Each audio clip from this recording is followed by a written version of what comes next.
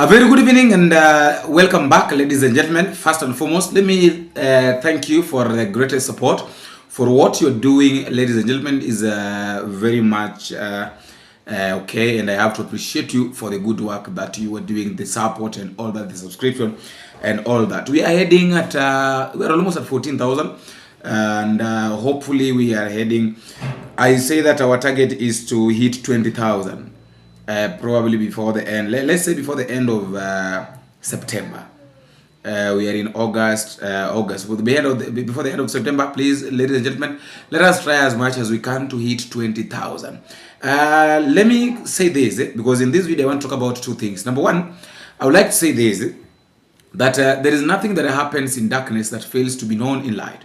Even the Bible says that light and darkness does not meet. Now, there is this message here that was written by Maverick Aoko. Of course, we know who Maverick Aoko is. People normally take her for granted, but she normally say things that are there. And I really don't know. Sometimes I normally ask myself the intel that this lady normally has, wa ni gani na wa inatoka wapi. So Maverick Aoko said this that Sifuna, it's like, you know, Sifuna wrote his resignation letter. But I can relate. I can relate this. But before talking about why I can relate that, let me just read for you. Sifuna wrote his resignation letter, said riffraffs like Atandi cannot give him ultimatum. His letter was intercepted by Nyong'o and Otsosi, who reasoned out with him to talk to Raila first. Raila hugged him and told him not to leave. He told Sifuna intergenerational conclave garbage eco set, and that Sifuna will lead the youth conversation. Jiandae kukula was what he was told. Best part, ODM will produce deputy president candidate and Nairobi governor candidate for 2027. Sakaja will vie under ODM. I want us to look at this statement very keenly, very seriously. Na nataka tuanze every paragraph. The first one, this one that says that Sifuna wrote his resignation letter, said refers like Atandi. First of all, who is Atandi? We have to ask ourselves, who is Atandi? I know you might be asking, who is this Atandi? Atandi his full name is Samuel Atandi. That is a member of parliament from Alego Usonga. Is one of the guys, is currently serving as the chairperson of the committee of budget at the National Assembly, who was approved by the Appropriates Committee, took charge after Ndindi Nyoro. Yeah, he replaced the person that replaced Ndindi Nyoro. Now, Atandi said that even if Sifuna goes, hata akienda leo, tutachagua mtu mwingine. Why? Because even Ababu na Mwamba was there, and Ababu pia alikuwa hivyo lakini Ababu alienda. So I want to say this, that these ODM people must understand that you can't compare Sifuna with an Ababu na Mwamba. You can't. In our party ODM, I want to tell our people, members of our party, those who are in our party who are, you know, expressing divergent views about our partnership with William Ruto, that political parties are not anchored, or they are not built merely by rhetorics. You don't build a political party by simply rhetoricing and making noise. Political parties are built even using resources. So even if you are a member of ODM and you are holding a leadership position, you should tell us how much contribution you are making other than rhetorics. Because some people who have all simply came recently and they are just, the only thing they do is to make noise. They seem to talk like they know they are holding ODM party like this. If you ask Oburu Oginga and Raila Amolo Odinga, they will tell you that they spent family resources to build ODM. They have forfeited their own happiness and investment that they should have used to support the Odinga family. They put that money in the ODM party. So if you just joined ODM yesterday and you think you know ODM so much that you can even begin to counter what Baba is saying, I want to question you that you are treading on a very slippery path. And we don't fear anybody. ODM will never be brought down by one rhetoric. If ODM was to fall, ODM would be sorry because of exit of Ababu na Mwamba. Ababu na Mwamba knew that akienda ataenda na chama. He went in, Ababu is today history. Nobody even hears about Ababu na Mwamba. Sasa hii Sifuna akienda, what will happen? Si tutaendelea tena maisha. Yeah, so you can, if you threaten us that you can leave ODM, you can leave. Jared Okello is here. Jared Okello has better English because Jared Okello went to school in England. He went to school in America. He can speak better English than even some of these people who are claiming to be speaking for the party. So the people speaking for the party, we can get anyone to speak for the party. But the fact is that the party is not built merely by rhetorics. There are huge investments which have been put in the party by Raila Amolo Odinga and the family. And these are things we cannot take for granted. When Baba speaks, we respond and we act accordingly because we know the sacrifices he has made and the investment he has put in the party. Compare these two. These two are two different people. And we have to understand that ODM right now, at our time, the people that are making a lot of noise.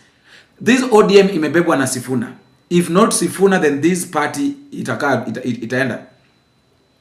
So far, what I know is that the people that are behind, watu wenye wamebeba hii chama, watu wamebeba hii chama ni somebody like Edwin Sifuna. Sifuna, Caleb Amisi, Babu Owino, hao ndio watu ambao wamebeba hii party. So if they decide today ya kwamba wanatoka, I don't know what will happen. And then this issue of Raila convincing, Raila convincing Edwin Sifuna to stay in is simply because he knows very well that Sifuna akiondoka, then hii chama itabaki na mtu. Sifuna akiondoka, Sifuna is the ODM. So if Sifuna leaves ODM right now, I bet you ODM is dead. Hata ukina those one nimekwambia, hata ukina Tandi ambao wanapiga kelele, Sifuna akiondoka leo, hiyo party itakuwa na mtu.